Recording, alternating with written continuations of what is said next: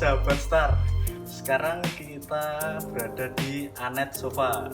Nah, di sebelah saya ini bersama Mbak. Kenalkan, nama saya Riris Reni Febrianti. Saya perwakilan dari staf Anet Sofa.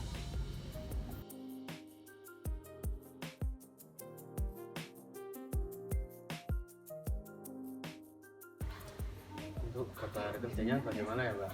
Oke. Gambar kerjanya sebenarnya nggak muluk-muluk sih kalau di Anet tuh. Jadi ambil gambarnya itu cuma tampakan aja, tampak atas, tampak depan, samping, sama perspektif. Kenapa nggak ambil potongan? Karena spek dari kayu itu kan beda-beda ya. Nah itu yang tahu tuh cuma tukang. Jadi sebentar kita ngasih gambar kayak gini aja, nanti tukang bisa menyimpulkan. Nah terus nanti ukuran biasanya kalau yang paling diutamain itu ketinggian dari apa namanya, dudukan ke lantai gitu. Biasanya yang paling utama itu untuk standarnya kan biasanya 45, tapi kalau customernya mau minta lebih rendah atau lebih tinggi nanti bisa diukur sama ketinggian kaki yang paling utama kalau untuk gambar kerja. Jadi untuk proses pembuatan sofanya gimana? Oke, jadi yang pertama tuh nanti kalian ke divisi kerangka. Bagian kerangka itu proses pembuatan awal. Buat apa namanya, kalau di struktur utamanya dari suatu bangunan gitulah istilahnya. Tapi ini sofa gitu kan.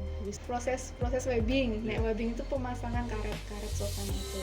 Nah, setelah dari webbing itu tergantung customer juga mau ditambahin pir atas atau enggak. Kalau ditambah pir atas nanti tetap di daerah webbing itu proses penambahan.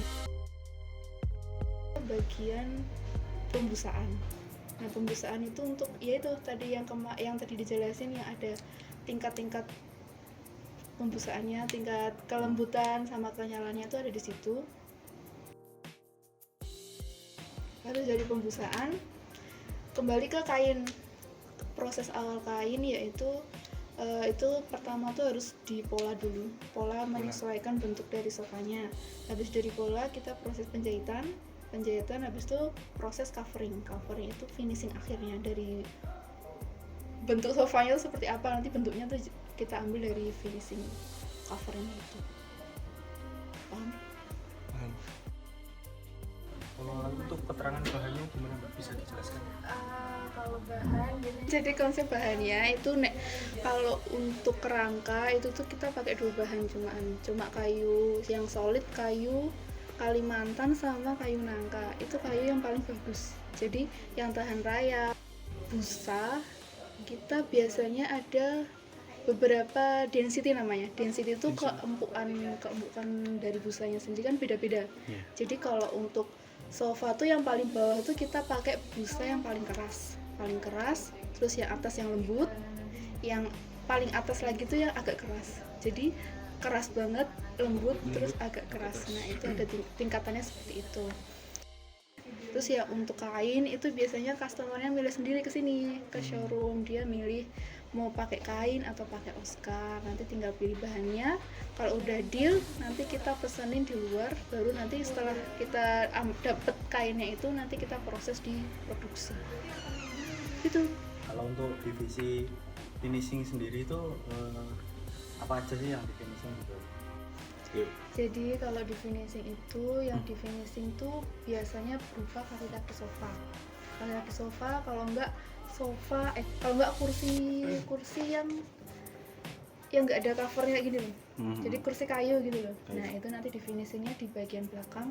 Nanti biasanya tuh ada 2 alternatif sih, mau di finishing pakai cat melamin atau cat duko, nanti bisa custom di belakang.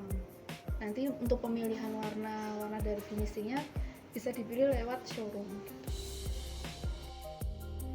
Nah, Mbak, kalau untuk proses pengiriman dari sofanya itu apakah dia ada wrapping sendiri khusus atau? Jadi kalau pengiriman kan kita ada 3 metode ya. Yang pertama kalau di dalam, misal cuma di area Jogja, kita biasanya cuma pakai buntel plastik mika. Itu nanti kita buntel plastik tuh nanti kita kayak dikasih apa sih?